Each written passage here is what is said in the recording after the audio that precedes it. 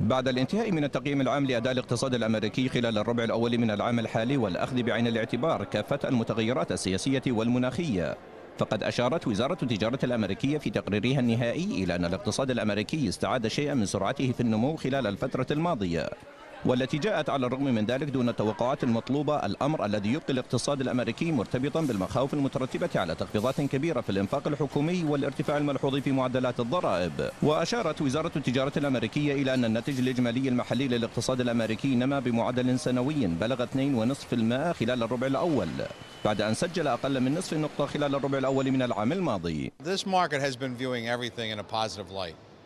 So while we were expecting 3%, 2.5% is still a much better increase over the last quarter. So that being said, you can still have the argument that the glass is half full, not only in the U.S. economy, but the world economy. And that being said, that's the justification for money to continue to flow into equity funds. ومع ذلك فإن معدل النمو الحالي جاء أقل من تطلعات الخبراء الاقتصاديين الذين كانوا يتوقعوا نموا يتجاوز 3%، حيث جاء هذا التراجع كنتيجة للإنفاق الحكومي الضعيف وارتفاع العجز في الميزان التجاري الأمريكي، بالإضافة لتراجع الاستثمار في المشاريع الصناعية. It's a great tragedy these cuts have been. People collecting unemployment have had their unemployment go down by 10.7%.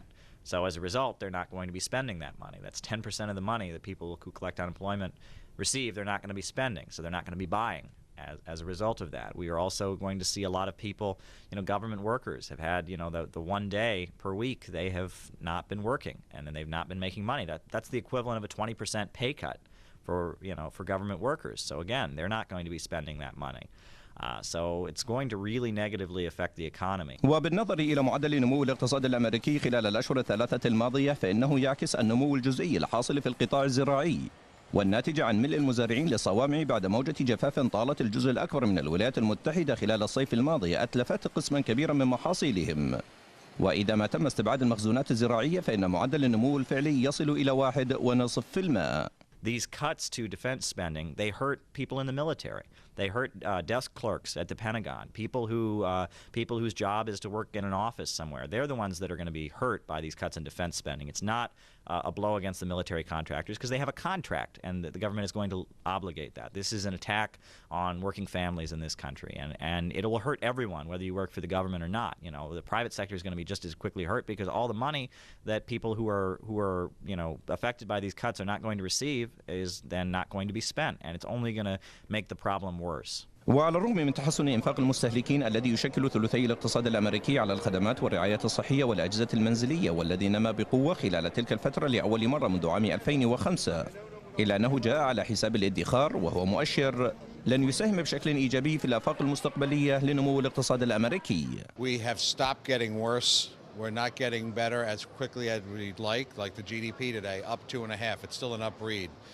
China up to 7.7%. That's a luxury problem to have, though. It didn't make 8, isn't it? 7.7% is a pretty good number. So that's what the markets have been digesting around the world. And once again, the glass has stopped going down, so it's time to get into equities. وعلى الرغم من النظر بإيجابية إلى معدلات النمو الحالية، إلا أن الكثير من الأوساط الاقتصادية ما زالت تؤكد بأن الاقتصاد الأمريكي سيبقى رهينة لأداء المستهلك والمستثمر والمشرع الأمريكي على حد سواء. حسن أبوزيتون، الاخبارية، نيويورك.